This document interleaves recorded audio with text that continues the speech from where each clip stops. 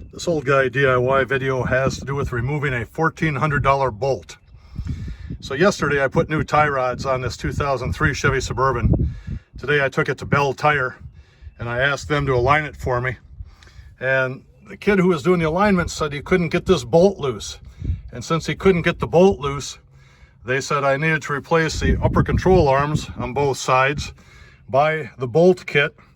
So I went online and I can buy both control arms with the ball joint already installed for $105, and Bell Tire was going to charge me $600. And then there's a hardware kit that has all these shims and stuff in it for $35, and they were going to charge me $70.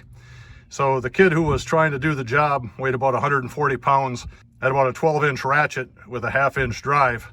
So when he said he couldn't break this bolt loose, I asked if I could put a piece of pipe to it. No, sir, we can't do that. So here I am home.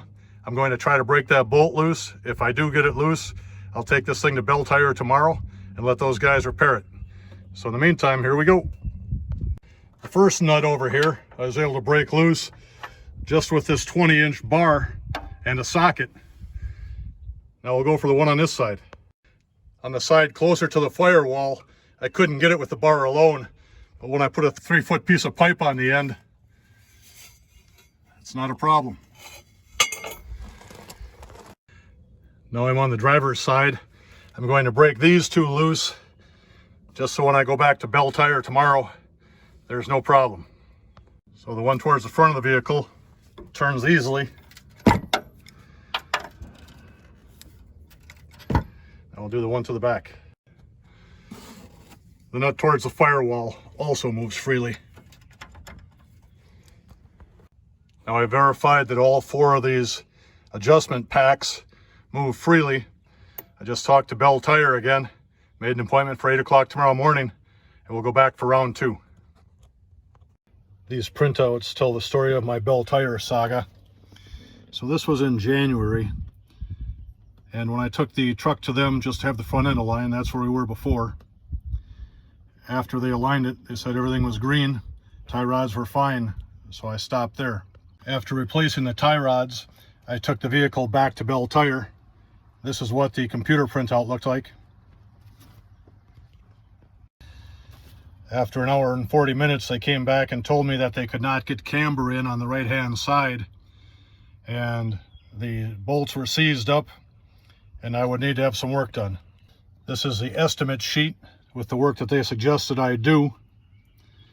You can see all the corresponding prices. The truck is worth about $5,000, and they said so they could align it, I needed to put $1,427 into it.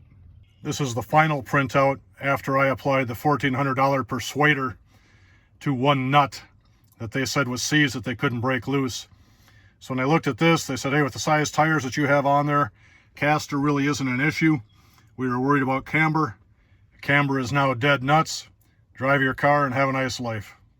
When I went back on day 2 and asked the guys at Bell Tire why they would charge me 6 times as much as I could pay at retail to buy these control arms myself, for example, they said, hey, all the pricing comes out of corporate. They just type in the part number and it spits out a number. So they never said they'd be the lowest price. They just said this is what it costs if they do the work. So the moral of this story is, if you go to a tire place and you get an estimate, unless you're in a bind, you're broken down on the side of the road and you're in a hurry to get someplace, take it home, look around for other options. You may be able to do the work yourself, or in this case, just break one nut loose and avoid what they suggested was $1,400 worth of work. Thank you for watching. Have a great day.